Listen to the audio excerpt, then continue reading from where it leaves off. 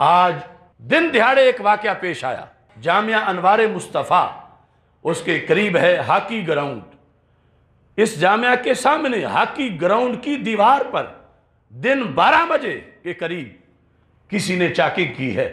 حضرت فاروق اعظم رضی اللہ تعالی عنہ کل بھی شیطان جن سے کانپتا تھا، آج بھی شیطان کے چیلے جن سے جھلس رہے ہیں، ان کا مقدس نام لکھ کر اور آگے نازیبہ الفاظ اس دیوار پہ لکھے گئے۔ آج کا واقعہ ہے، اور پھر یہ ہے کہ جب اہل سنت وہاں اکٹھے ہوئے تو حملہ بھی اہل سنت پہ ہی ہوا، یعنی ان پر پتھر مارے گئے، یہ زخمی ہوئے، اور پھر جو معاہدہ وہاں پہ ہوا ہم اس کو مسترد کرتے ہیں۔ یہ ایف آئی آر جو کٹی، ایف آئی آر یہ میرے پاس ہے، دا پاکستان پینل کوڈ، اس کے مطابق جس کمینے نے وہاں پر وہ بری حرکت کی اس پر ایف آئی آر 295C کے تحت بنتی ہے۔ قرآن کا قانون ہے، حدیث کا قانون ہے۔ ویسے تو کوئی مسلمان کو قتل کرے تو قتل بڑے سے بڑا جرم حرام ہے، کفر نہیں ہے، لیکن اگر کوئی کسی مسلمان کو مسلمان ہونے کی وجہ سے قتل کرے تو پھر قاتل کافر ہے، پھر اس کی سزا اور ہے۔ حضرت فاروق اعظم کو جو بھونکا شخص ہاکی گراؤنڈ پر جس نے کفریہ کلمے لکھے، اس کا حضرت عمر فاروق سے کوئی پلاٹ کا جھگڑا نہیں، اس کتے کا جھگڑا اس لیے ہے کہ یہ کیوں خلیفہ رسول بنے، انہوں نے کیوں اللہ کے نبی کا کلمہ پڑھا، یہ کیوں قریب ہوئے، اور ان کے بقول معاذ اللہ پھر انہیں اہل بیت سے عداوت کا موقع ملا۔ لہٰذا ان کے گھڑے ہوئے فلسفے پر جو وہ ہر وقت اپنی مجالس میں پیش کر رہے ہیں، وہ فلسفہ یہ ہے کہ وہ حضرت عمر رضی اللہ تعالی عنہ پر جو اس طرح کا تبرہ بولتے ہیں وہ آج کے کسی معاملہ کی وجہ سے نہیں، ان کے مومن ہونے، ان کے صحابی ہونے، ان کے خلیفہ رسول ہونے، ان کے رسول پاک صلی اللہ علیہ وسلم کا سسر ہونے، ان بنیادوں پر یہ کتے بھونکتے ہیں۔ تو ان میں سے تو ایک بنیاد بھی ہو تو 295C لگتی ہے، اور یہاں 295A بھی نہیں، B بھی نہیں، C بھی نہیں، بلکہ 298A لگائی گئی، اور لگائی بھی گمنام بندے پر، اور بیٹھ کے کچھ لوگ معاہدہ کر کے سمجھ رہے ہیں کہ یہ مسئلہ ایک مدرسہ یا ایک گلی کا نہیں، یہ پوری امت کا مسئلہ ہے اور پورے ملک کا مسئلہ ہے، تمام اہل سنت کا مسئلہ ہے۔ ہم اس صلح کو اور اس ایف آئی آر کو مسترد کرتے ہیں، اور ہمارا مطالبہ ہے کہ دن دہاڑے اگر گستاخی لکھنے والوں کو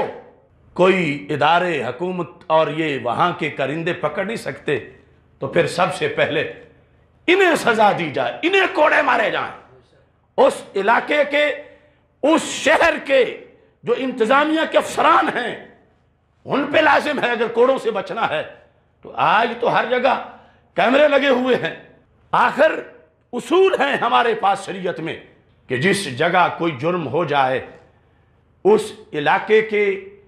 لوگوں پر ایک کثیر وسیع پیمانے پر باب القسامہ کے تحت وہاں پر کارروائی ہوتی ہے، تو وہاں وہ کارروائی مکمل کی جائے کہ کیا یہ جو کچھ دیوار پہ لکھا گیا یہ کسی کے مذہب میں اس کی اجازت ہے یا نہیں۔ اگر اجازت ہے تو کیا وہ یہ کام کرتے بھی ہیں یا نہیں۔ اگر کرتے ہیں اور اجازت بھی ہے تو پھر یہ کون کہتا ہے کہ یہ کوئی جاسوس انڈیا سے آ کے لکھ گیا ہے۔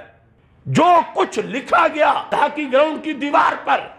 وہ ان کی سینکڑوں کتابوں سے ہم دکھا سکتے ہیں کہ ان کے نزدیک وہ کفریہ جملہ ان کے نزدیک عبادت کا درجہ رکھتا ہے، تو پھر اس کو یہ کہہ کے کہ پتہ نہیں کون تھا، اور انہی کے لیڈر پھر جھوٹ بول رہے ہیں کہ یہ کوئی کون تھا۔ ان کے بکواس آج بھی ریکارڈ ہے مجلس میں، آج بھی اسی لفظ کے ساتھ جس کی وہاں پر چاکنگ کی گئی، تو کیا ایجنسیاں اندھی ہیں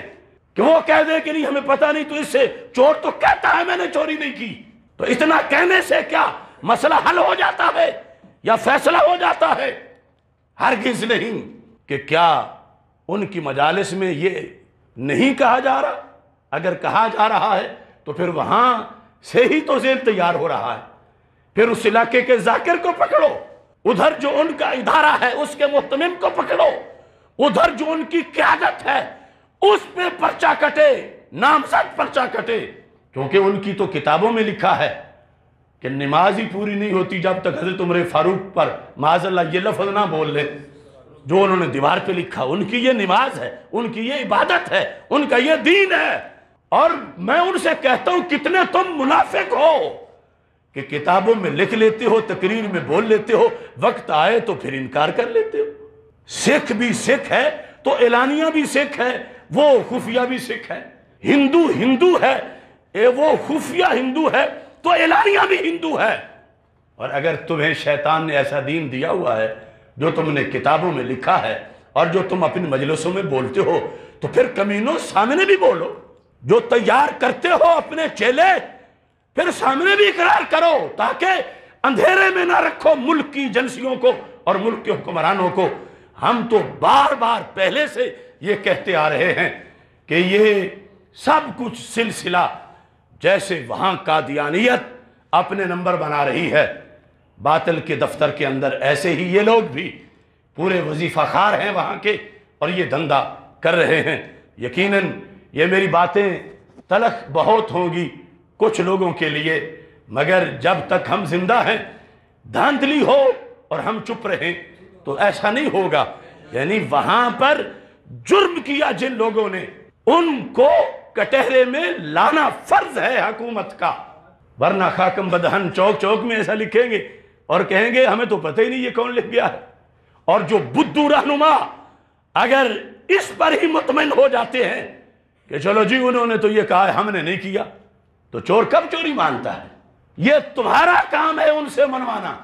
اور جو انسلٹ انہوں نے کی ہے وہ 295 سے کم نہیں، کیونکہ وہ ذات رسول صلی اللہ علیہ وسلم کی نسبت کی بنیاد پہ کی گئی ہے۔ لہٰذا وہاں پر حل لٹانے کی ضرورت نہیں، مسئلہ حل کرنے کی ضرورت ہے۔ اور اگر ان لوگوں میں کوئی کمزوری ہے تو وہ ہمیں اپنا مسئلہ دے دیں، کیونکہ ہم خود کریں گے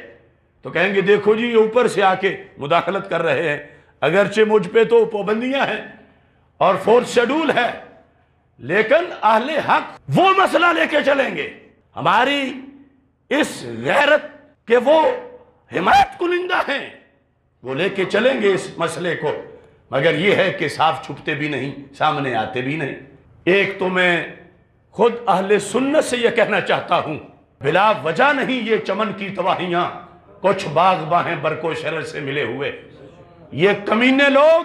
جو چھپن چھپان کی شکل میں یا اس طرح کے دیگر دھندوں میں روافظ کا فنڈ ہضم کرتے ہیں، آج انہیں بھی رجم کیا جا رہا ہے کہ اصل ان کی وجہ سے حوصلے بڑھ رہے ہیں لوگوں کے کہ جب یہ ہمارے وظیفہ خور ہیں تو پھر ہمیں کیا کہیں گے۔ اگرچہ آج شہیدوں میں خون لگا کر شامل ہونے کی وہ لوگ کوشش کر رہے ہیں، مگر ان کی وجہ سے یہ پاکستان میں دن دہاڑے ایسے کرتوت ہو رہے